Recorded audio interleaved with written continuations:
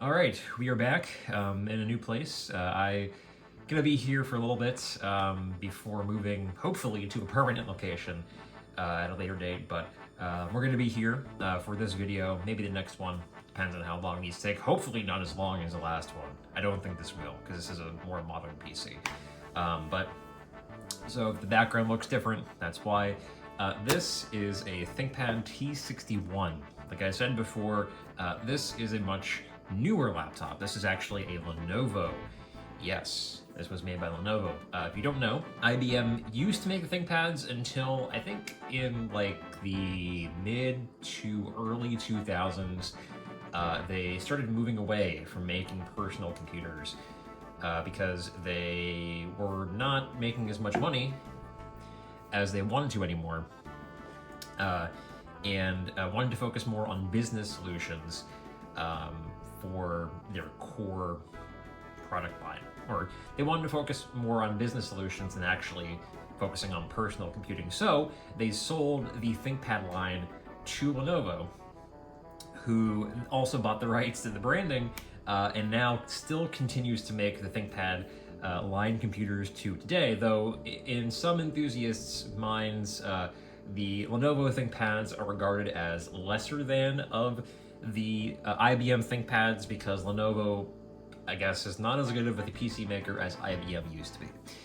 Now, I don't tend to disagree. I do think the IBM ThinkPads do have pretty good engineering and are generally better in their construction. But I do appreciate Lenovo still continuing with the general aesthetic with ThinkPads. You can see this is a T61, still, you know, relatively similar looking to the T43, so you still got that same vibe going on here. Although the parts may or may not be cheaper depending on who you talk to, these are still relatively decent computers. So this, again, was part of that ThinkPad batch that I got. On the outside, it is a wee bit dirty. It comes with an Intel Centrino and it comes with Windows Vista. So great. This part is kind of clean. Top, as you might expect, is very dusty. Bottom has a couple of stickers on the back here. As you can see, it actually came from a Windows XP Pro Refurbished PCs license by IBM, and then got a Vista Business license down there. So very interesting. Then it has a used equipment. The equipment, usage. I don't speak French, and then equipo usado. It's probably Spanish. But yeah, I mean, that is a little concerning because that is probably gonna be difficult to get out because this clip is missing. I don't know if you can see that. I'm gonna pull it down here. Yeah, as you can see here, if we focus, this clip is missing, so I probably can't get the battery on. I probably can. It's gonna take me a minute to get that battery out of there. But okay, on the back, I got the 20-volt charger. Per usual, I get VGA out, RJ45, RJ11, mic and headset, expansion card, USB, you know, your bog standard ThinkPad stuff. Front, I believe this actually was FireWire when I looked it up. So I got FireWire, got the, you know, wireless hardware switch, SD card up front. And this side again, you have the removable SATA slot for the CD card or the CD reader right now, but you can also put a hard drive in here as well, and two USBs on the right side with a K-lock as well. So again, bog standard, same thing you would expect on the T model for a ThinkPad, just with Lenovo branding and possibly Lenovo parts. So, all right, so first thing we should do is plug this bad boy in and see if it actually turns on. I think it does. When I tried it out the other day, it does turn on. I think I actually charged the battery. I did. It does turn on, so the battery does have some life to it, I guess. Not terrible.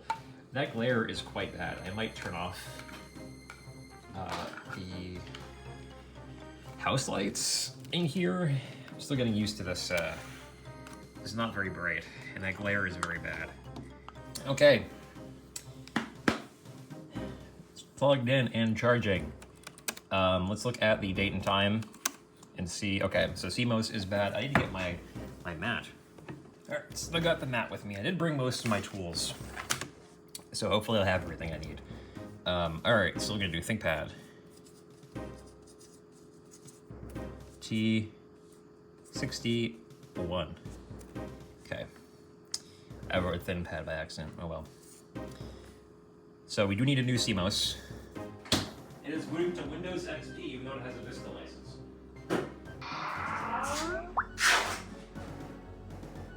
Jeez. Okay, hold on. Wow, it booted right to the desktop. Holy crap. Okay, I was seasoning some chicken. So, wow. Okay. We are straight in this bad boy. That's interesting. Wow. Okay. The road to success. What does this say? I'm not going to go too much into this. I'm just curious. Outlook Express 6. Holy shit. Oh my god. Dude, look at this. Oh my god. May 09th, 2011. Ooh, baby. Wow, this is very old. This is really cool. I like being able to explore Windows XP and see what we got in here. So, but we're not going to go too much into this machine because, again, I did promise to wipe this thing. Don't think this hard drive is okay, though I can see it is trying to look for a Wi-Fi network.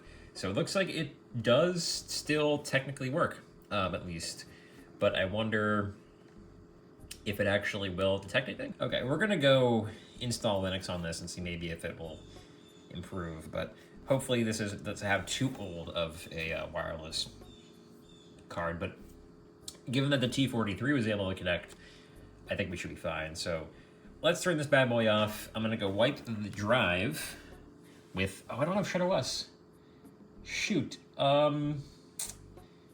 Okay, I will, I guess I'll record, oh, I can image ShredOS anyway. Okay. I do have a spare USB on me.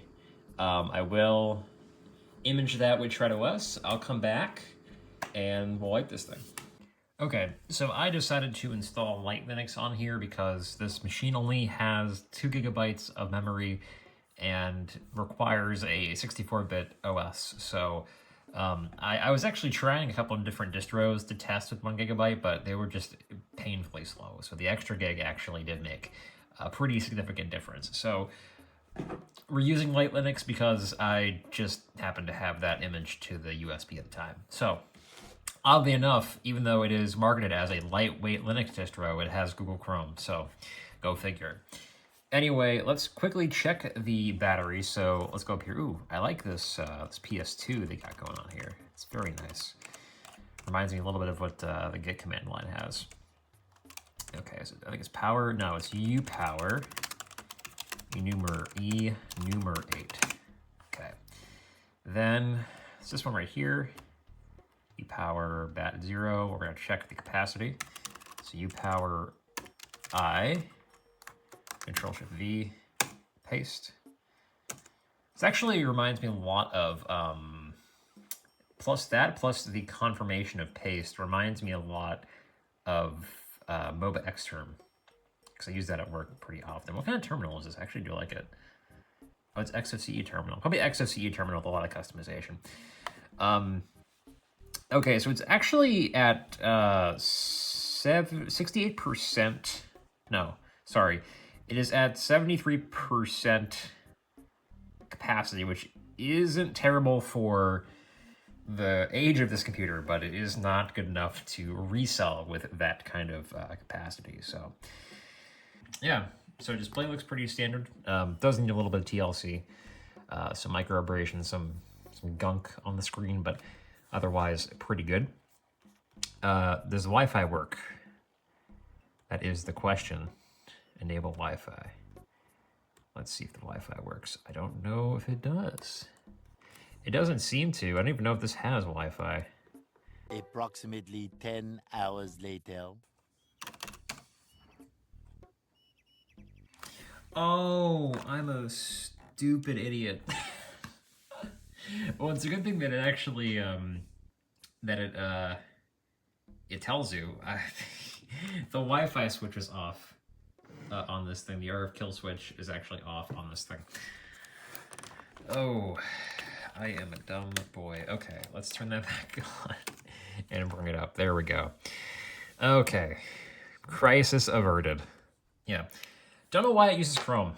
It's very weird that it uses Chrome as a lightweight OS. So you could have at least used, like, you know, ungoogled Chromium, or even Brave if you want like a Chromium, like official Chromium, you know, distribution.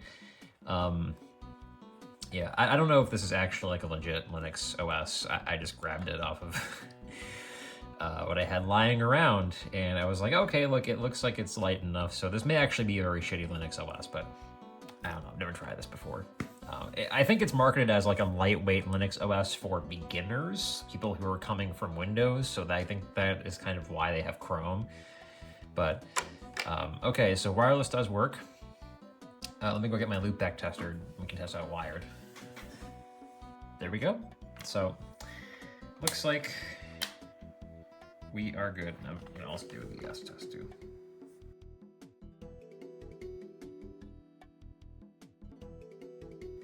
Okay, yep. Just to show you guys that it does work. Ethernet does work. So I do actually have a mic now that I can try this with. So we'll try this out and see if the microphone works on this computer, unlike the last one. KB. Okay, so we're gonna go ahead and test the keyboard. Mouse seems to be working fine too, but let's go ahead and look for keyboard tests. Okay, now we're back. Had to install a uBlock Origin because I don't want a ton of ads on this thing.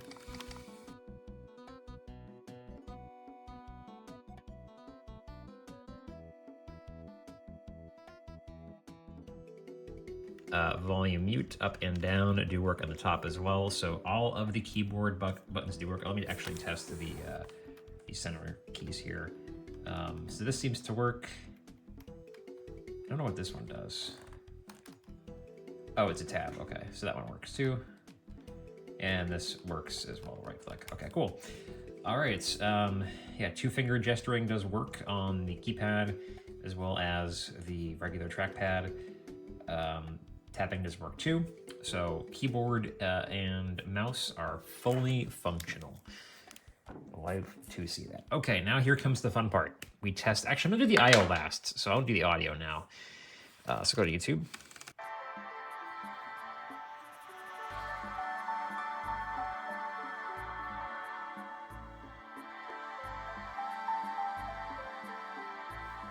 Okay. You know, speakers seem to work quite well. Not totally janked like the last one. All right, so that USB works, top right. This is the light Linux USB.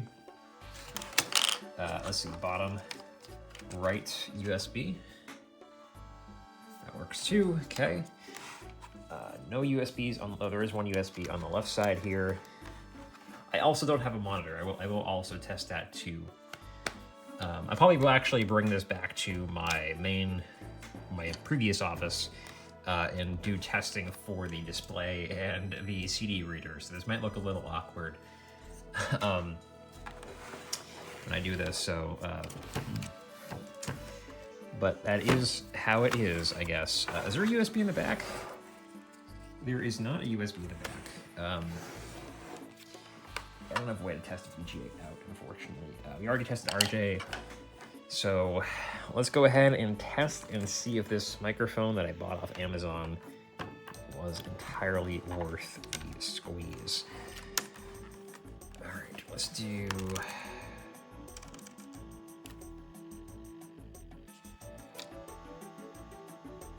the fan?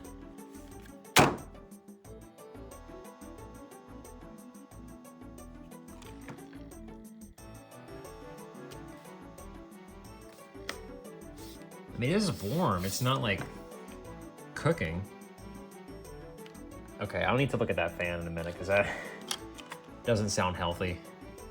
Sounds like it's been smoking a pack a day for about 20 years. Can you take my order? Oh, hey, it seems to work. Hold on. Hello. Yes. it seems to work. Or is this... No, it's... Okay, so there is a microphone in the screen again.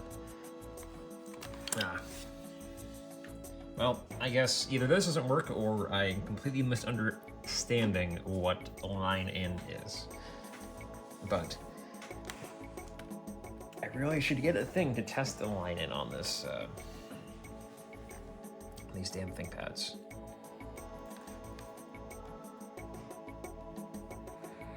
Okay, so I'll tell you what, I will come back with some way, hopefully, to test the line in. I'll come back with headphones, monitor, and a CD, and we can finish the I/O testing. Okay, we are back as I promised, and as you can see, it is reading the CD that I put in here correctly. So there is a Fedora CD, and I'm going to insert it, and it spins up, and it should read.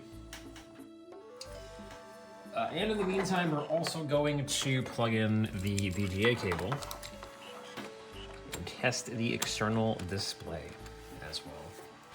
So, let's see. Yep, that does work. It does display pretty easy. As you can see here, that it is indeed display. So it looks like everything on this laptop works. Oh, it did freeze. Might be because I'm actually, it might not have a great time trying to put displays out, because it might get confused, or I think the RAM might get a little bit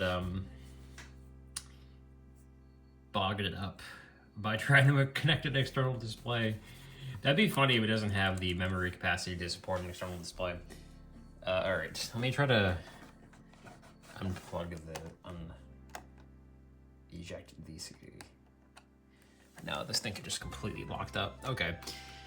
That is the problem with a low memory machine, is that this thing is just not gonna wanna do anything too intensive. I don't know why I thought this could have a much better memory capacity than 2. Close. Thank you. All right.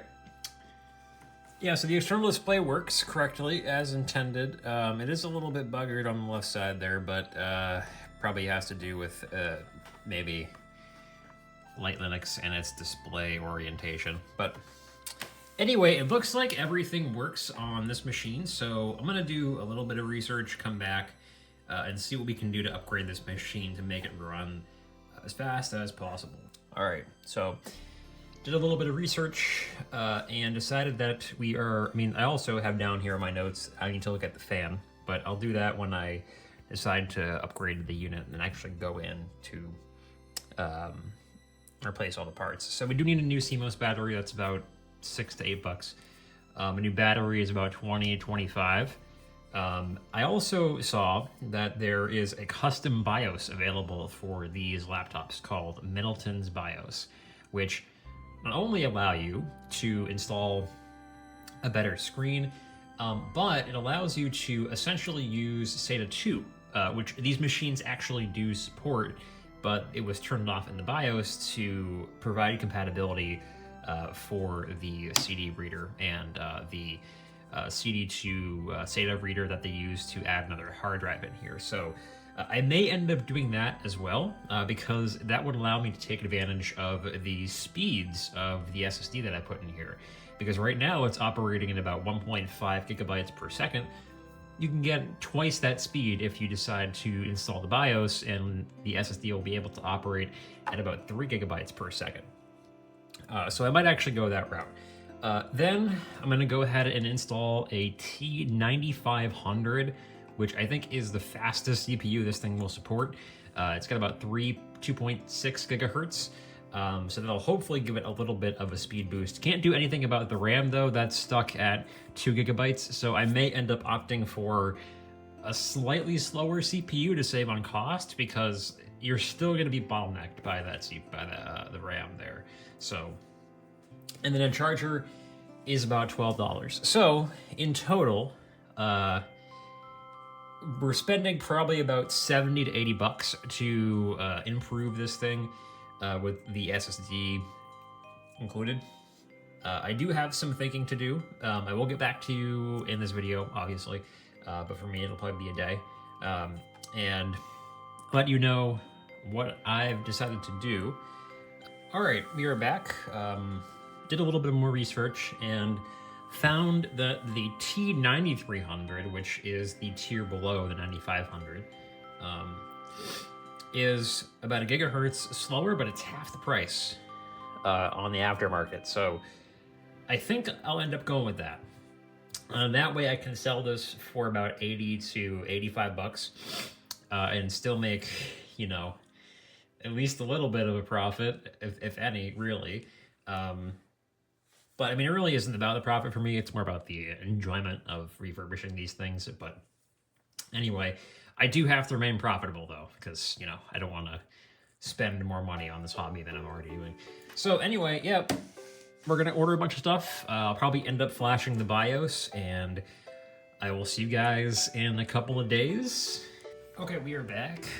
So I was able to make a CD of Middleton's BIOS, went out and bought some CDs, flash the ISO or burn the ISO to this disk, and I'm now going to go ahead and install it. Charger also came as well, using that right now. CMOS and the battery, both the laptop battery and the CMOS battery came in today, and I will install those probably when the CPU comes in, which is hopefully in about a week. And then if the BIOS update goes good, I will look for some more RAM and upgrade this thing at 2.8. So all I should be able to do, or have to do, is boot to the installer, and that hopefully should work. Oh, there it goes. Cool. Oh, you guys can't really see it. Okay, here we go. There we go. Cool. So it looks like it is starting to flash. That's good. So basically what this does is it enables the use of more RAM. That's one of the more important things. But it also gives you the ability to use SATA 3 or SATA 2. So you get an extra chunk of speed on your SSD, which I already have explained in this video. So, but if you want a more detailed explanation, I'll link to a video in the description of a guy who does it. And he goes into more details about what it actually means for your ThinkPad and how you can benefit from it. Because you can theoretically make this thing run at like 2.7 gigahertz with 8 gigabytes of RAM, which would make it actually somewhat usable in the modern day if you're running a Linux or even like a Windows 10. So this is a very versatile machine if you want to go that deep into modding it. But we're not going to go that deep into modding it yet because I don't want to have to replace the cooler and all that nonsense, which, I mean, I could, but I don't want to spend that much money because I'm trying to run a somewhat successful business. So I will check back in once we are done with the flashing. Oh, is that good? I don't know if that's good. Oh, it finished. Very nice. Okay. Okay, and there it is, BIOS version 2.29, BIOS date 2011-03-18. So that means that the BIOS was installed successfully. So that means we can now have an extra 6 gigabytes of memory on this, which would be very nice and alleviate that bottleneck very nicely. So a few things for you to remember before you install this. Number one is to make sure you have the charger plugged in when you do this. And number two is to make sure that you have the correct version of your for your model. It's pretty easy if you go on the ThinkWiki. They have it listed out for each model. So it's pretty hard to make a mistake. And then also you want to use a CD.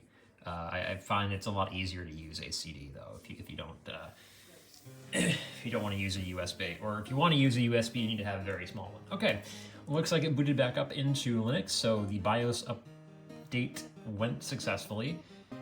So we now have a custom BIOS. I was going to install another one that switches the FN and control keys, but I figured might as well keep it vanilla, and if someone wants to do that in the future, they can do that. But yeah, so that was installing Middleton's BIOS on this laptop, and I will be back in probably a few days to install the rest of the hardware. All right, we are back here today. I'm back actually at my house because I'm staying here for the weekend, so I figured might as well do this while I'm here because I have all the parts on me. I did look for memory, and one of the downsides of upgrading the BIOS and being able to expand the memory capacity is that you need 2 sticks of 4GB SODIMM, and those are increasingly rare and increasingly expensive. The total, for example, if you want a 4GB kit of DDR2 SODIMM, it would cost you roughly about like $25, maybe like $15 to $20 with shipping and tax included. For an 8GB kit of SODIMM, which is 2 4GB sticks, costs you anywhere between $50 to $100. Depending on where you buy it. So it's very expensive, and I don't think I'm going to install the gigabytes in here, but I will keep the BIOS on this machine, so if you want to spend that money to upgrade the memory in here, you can do so because the BIOS will still be on this machine. But regardless, I did get the CPU. It is here. I got a new battery and a new CMOS. So we're going to be installing those today. Go ahead and open this up. All we're going to do right now is just open this up, install the new parts and the replacement bits, and then I'll clean it up, and I'll probably do some testing off camera just because I don't want to, make the video redundant of me testing everything again with the new BIOS and parts. So if the testing does not go well, you obviously won't see this video, or I'll make an update or something. So anyway.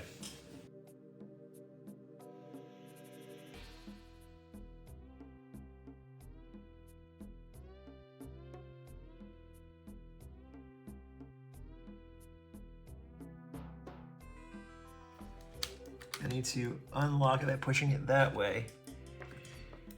There we go. Okay. Now I think it's like, it should be fully unlatched. There we go. Okay. Got it. Nice. Ooh. This apparently was a serviceable used part, according to this sticker here. You can see that. Let's focus. Yeah, it's a serviceable used part. So that'll get thrown. It was a little bit sticky. I'm not sure if there's something down there that was holding it in or something. I don't see the old sniff test. See if there's any juice or anything down there, any coffee or whatever. Yeah, I don't see anything in there that was like, doesn't look sticky. Maybe it was just the battery, but, all right, so that will go into the recycling bin. I'll go to, the batteries plus, though. I am considering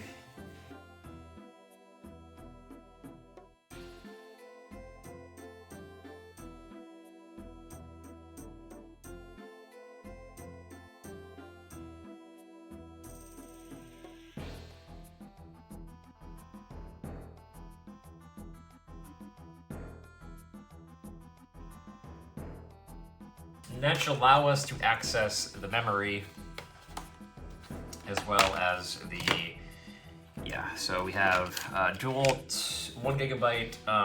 I don't know if I have dual 2. I will look right after I am done putting all the parts in. So we're gonna take this out. This out.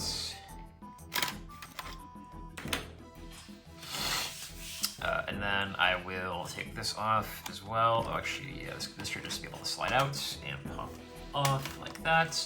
And that is the benefit and the beauty of these things, because that's all you have to do to really operate on the core parts of this machine. Just unscrew a couple of screws in the back, pop off the trackpad and the keyboard, and you're in. So very simple, very easy.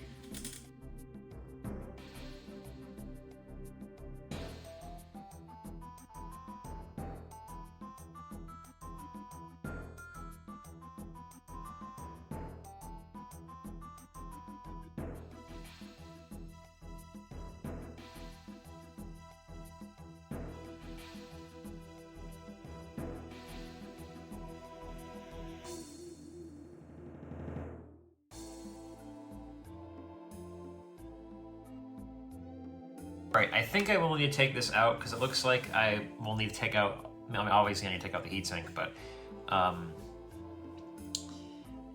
probably need to take this out because I need to take this thing off to be able to pull the heatsink out. So let's go ahead and work on getting that out.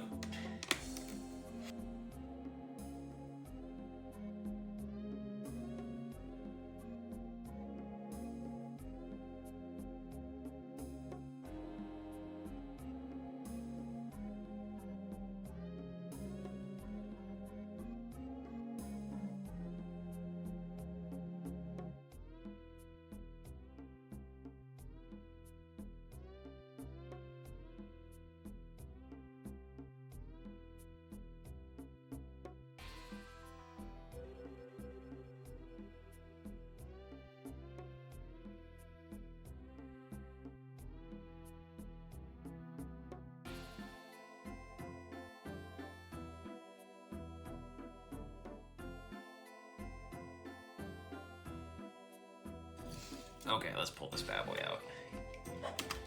Okay, yeah, it is a little bit dusty. Does need a little bit of a clean, it looks like. Nothing too bad, though. I'll clean that out. Some air, and that is the CPU. So I'm gonna get some alcohol, and we'll clean that off.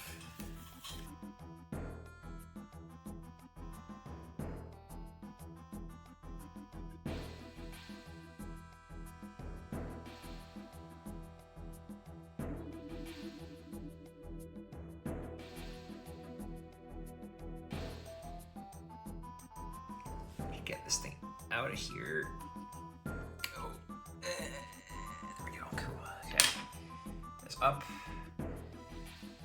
So just a quick education point for all the Zoomers out there.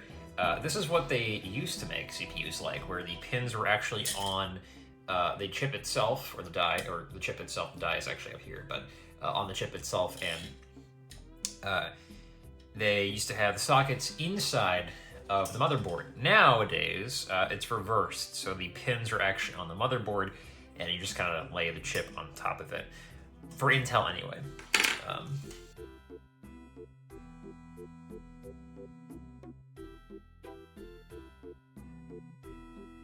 Alright, so the CPU is in. So now, all we need to do is just repaste that and clean up the heatsink and reassemble. So I will see you guys in a little bit.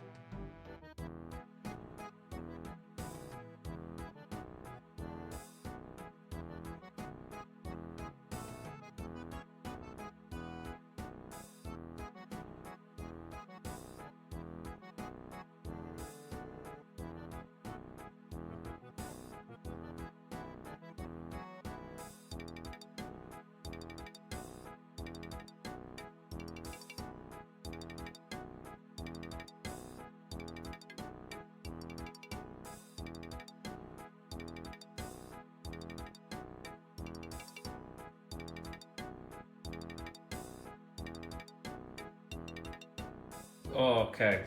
I was like, why isn't it powering on? And I just realized I'm a complete fucking dumbass, and I forgot to put the memory back in. All right, let's actually be intelligent for once today. Let's actually make sure that we have the correct one. Okay, so we are basically done now. This machine is ready to go. I do still have to order. I just ordered the RAM, but that's fairly simple to put in. So, but yeah, I cleaned it up. Got at least a decent amount of the dirt and the gunk off of it. So it actually looks, you know, fairly decent now. There are some abrasions and scratches and stuff on the front cover, but that's about it. The rest of the computer looks and functions fine, so factoring in everything that I bought, which was the CMOS, the battery, the new CPU, now the RAM, and the charger, and the SSD. Probably will sell this for about $100, maybe like $110. Maybe like 100 without the OS, and like 110, 120 with the OS installed, as I normally do. Again, when this video goes live, this will be on both base.win and my eBay page. You can buy this laptop off both sources, and yeah, that's about it. For my next PC, it's gonna probably be an HP desktop, or an HP laptop that is quite interesting. I know I said I have ThinkPads, but I just got both of those in, and I kind of want to get them out. I already ordered a part for the HP desktop, and I've been recording it a little bit, so depending on which one is easier, I might do one of the two. But yeah, this was refurbishing a T61 with a custom BIOS, new CPU, expanded memory and SSD, and a new CMOS and main battery. Thank you guys for watching, and I will see you next time.